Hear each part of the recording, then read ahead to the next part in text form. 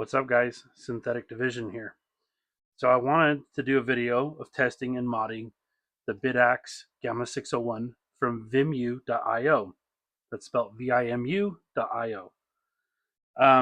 This is a curious one. So I started this video, like when I started the recording process, I was going to go over detailed specs and all that stuff, but I had an interesting event happen.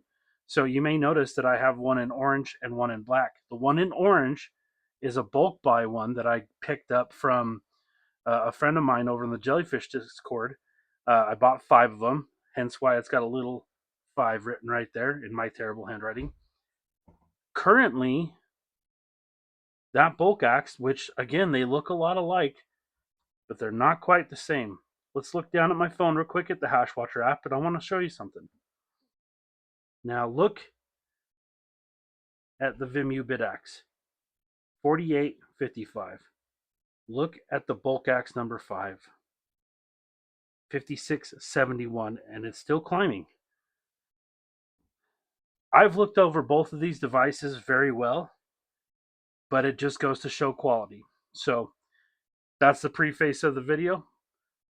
Compared to the ones that I have on hand, this one is doing really well. It is actually running cooler than a lot of the Bitaxes that I've purchased. So anyways, we'll carry on. We'll get into the video. And I'm going to pause this real quick and we'll get you set up. All right, guys, we're back. I've got it all set up. So you've seen the previous temps. Kind of crazy. I wasn't really expecting that. Like I said, I've pretty much hooked all these Bitaxes up at the same time. Uh, four out of 5 of those bulk axes are overheating. I'm calling them the bulk axes. You'll see them in some future videos. I have some pretty good ideas. And if you have any suggestions, one of the ones that I wanted to bring by you was to see how far I could overclock one to the point where it might burn up. Kind of a thought. Not sure yet. Leave a comment down below if you guys are interested in something like that. But let's get into it. So we've got our device hooked up. We've got it set on our pool. You've seen 100 videos about how to set up a Bitaxe. And if you're not familiar with it, go back on my channel and check it out. So my goal here is to let's get it set up like the rest of our Bitaxes. Let's get it heat sinked, cooled. We'll probably be putting it in the Avoid Track desktop rack. A few things I wanted to say about it. First, it's actually pretty good quality, guys. I'm not going to lie. I was a little nervous at first. Same with the Super Hex when I got it. But just now, literally, you guys literally watched that other one have an overheat event. It's been running fantastically cool. The ambient room temperature right now is about 72 degrees Celsius or Fahrenheit. Oh, not Celsius. That'd be too hot. So let's get it broke down real quick and we'll go over it. I'm going to pause the video and grab the Avoid Bit Track rack mount and we'll get started. So these devices come with a decent power brick. Again, these guys are Vimu is using really good power bricks. Outstanding quality. I'm happy. Can't complain there at all. So we're going to get it off of here, and then we'll take a little bit of a look at the stand. You know me, guys. I'm not too big of a fan of these stands, and that's kind of why I go with the Avoid Bit Tracks. But I will say this. These stands, I don't feel the little hairs pulling off of them. 2 of those bulk axes, you can literally see massive imperfections in them. Again, the bulk axes was a bulk buy deal. I paid, probably $65, $70 per Bitaxe, and you can tell I'm already having trouble with them. So this one, on the other hand, really good, really good. So let's get it set up like this, and we'll get heat sinks put on. I believe we're going to use aluminum, and I believe we're going to go with the black ones this time. So I got a few of them here. Got that one. We're going to do a black one on the front, big square. And then we're going to do 2 more. So I found another hotspot when I was checking on other Bitaxes. These 2 guys right here are actually a hotspot on Bitaxes. So I'm going to test it, and I'm going to put one of these little guys on top of those guys as well. These, from what I understand, might be hotspots, but we'll see. We'll check it out. Just exploring the device as we go, you know what I mean? So it's kind of cool. Let's go ahead and get that put on. I'm going to pull it out of camera real quick so I can get it aligned where I want it.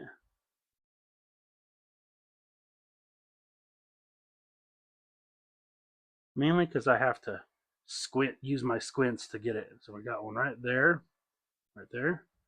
We always put one on the inductor coil.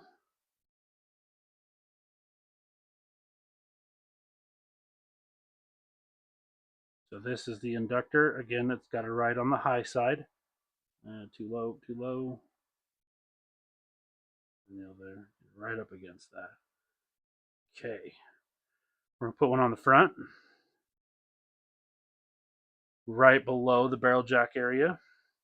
And this is where I gotta use my my squints again, because yeah, I have terrible vision. So let's get this put right about there, I think. Yeah, that looks like a good spot. And then I'm going to put one more right up here by the barrel jack.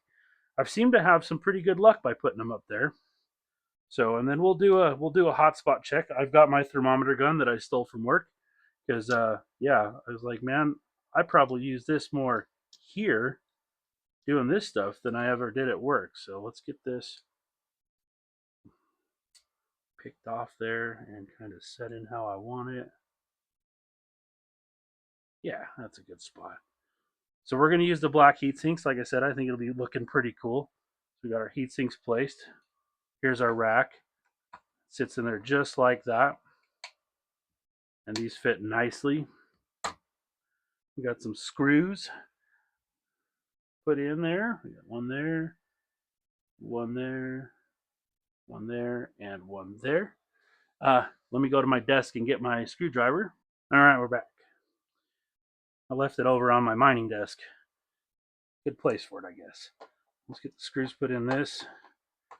And then we're going to get this put on the rack. And on the right. Wow, totally missed that. Props to the guys who can see this kind of stuff, because me, I'm blind. It's kind of crazy how blind I am. But it'll be pretty good. It's going to be a pretty cool setup. Some interesting stuff about this one. It came to me in its stock configuration. I haven't overclocked it at all. It's been running just fine. I give it a few days was what I like to do, but this one I gave about, along with the other bulk axes that I purchased. And the reason you might be going bulk axe, well, that's what I'm calling the 5 orange ones because they were the bulk buy. But I usually try to run them in for a few days. But you know, as I was filming the Super Hex videos, if you haven't seen those yet, I figured, you know what?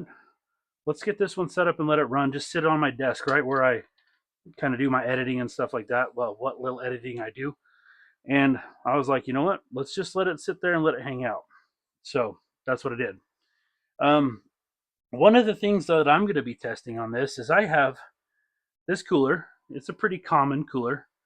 But one of the things I want to test with this one is the position of the cooler. Now, let's look at this real quick. The fan is pulling air in, right? And then it's exiting here. So what if we took this off, turned it, and allowed the air to exit through the sides here? Will it heat seek the ESP32? It might. But will it blow air over these? Well, yeah, because we're blowing air out the sides here. Just an interesting thought.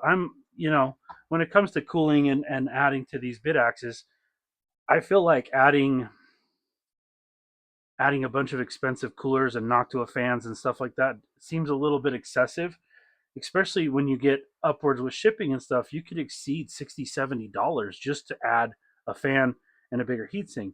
So why not utilize the stock heatsink as much as you can? For example, this is coming for another video you'll see. This is a stock heatsink, but I bared the aluminum on the bottom. Future content coming with that one. So let's get this over to the Avoid Bit Track rack and get it set up, and we'll talk about it a little bit more. So here we are. It's in its home. We've got our Vimu.io Gamma 601. We've got a couple of DTV electronics. We've got some from Minor Fixes. We've got the two Solo Satoshis. And then we've got just another generic one that I picked up. These are the rest of the Bitaxes, the bulk axes right here. So quality wise, it's really good.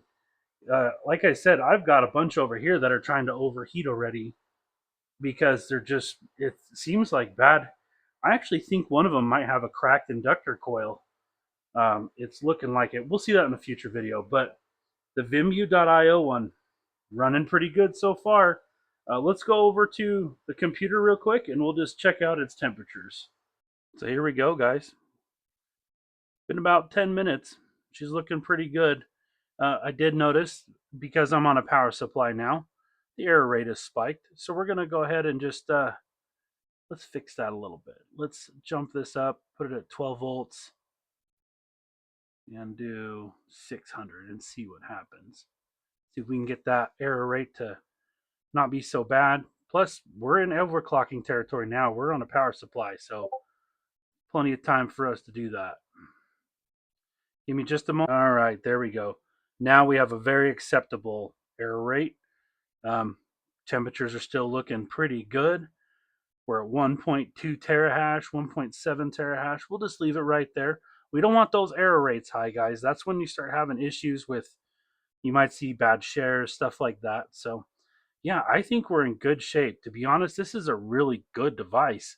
Um, I'm not going to say I'm surprised, but I'm pretty impressed for the price of their stuff and the quality that I've gotten so far. I'm very happy. So anyways, guys, that's the end of the video. If you want to see some other future videos, check them out. I got them on there, and old videos, they're all there.